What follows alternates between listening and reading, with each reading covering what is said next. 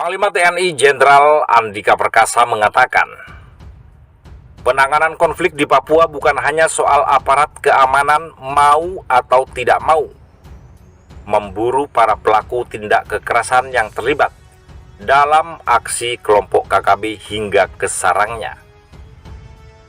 Melainkan menurut Andika, pihaknya harus terlebih dahulu mengetahui identitas pelaku dan lokasi keberadaan kelompok tersebut secara akurat sehingga tidak terjadi salah tangkap.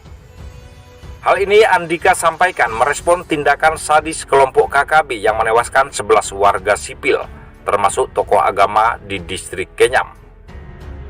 Dan dugaan KKB Papua membunuh seorang pendulang emas dengan cara dipenggal di sebuah lokasi tambang ilegal Kawi Awimbon, Kabupaten Pegunungan Bintang, Papua, pada Selasa 19 Juli 2022. Sebetulnya bukan saja soal bukan serbu, tapi kita harus precise, akurat. Itu yang lebih penting. Kita harus tahu dulu pelaku-pelaku, kemudian setelah tahu, bagaimana apabila memang dalam jangkauan dan pengawasan kita, keberadaannya maksudnya, maka prosedur-prosedur itu akan kita ikuti, kata Andika. Jadi terus terang, bukan hanya kita mau atau tidak kemudian menyerbu, tetapi yang lebih penting kita nggak boleh salah tangkap, nggak boleh salah, apalagi salah dalam melumpuhkan. Kita harus akurat, akuntabel, tambah Andika menjelaskan.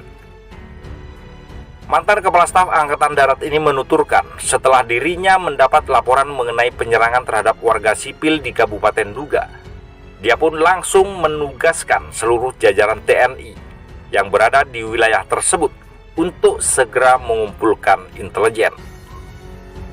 Dan kita di lapangan sudah bekerja sama dengan Polri. Mereka juga punya satgas namanya Damai Karten.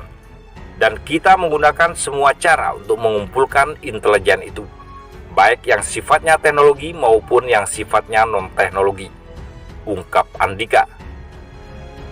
Andika menyebut sampai saat ini pihaknya hanya dapat mengumpulkan informasi mengenai kelompok yang bertanggung jawab atas sejumlah penyerangan yang terjadi.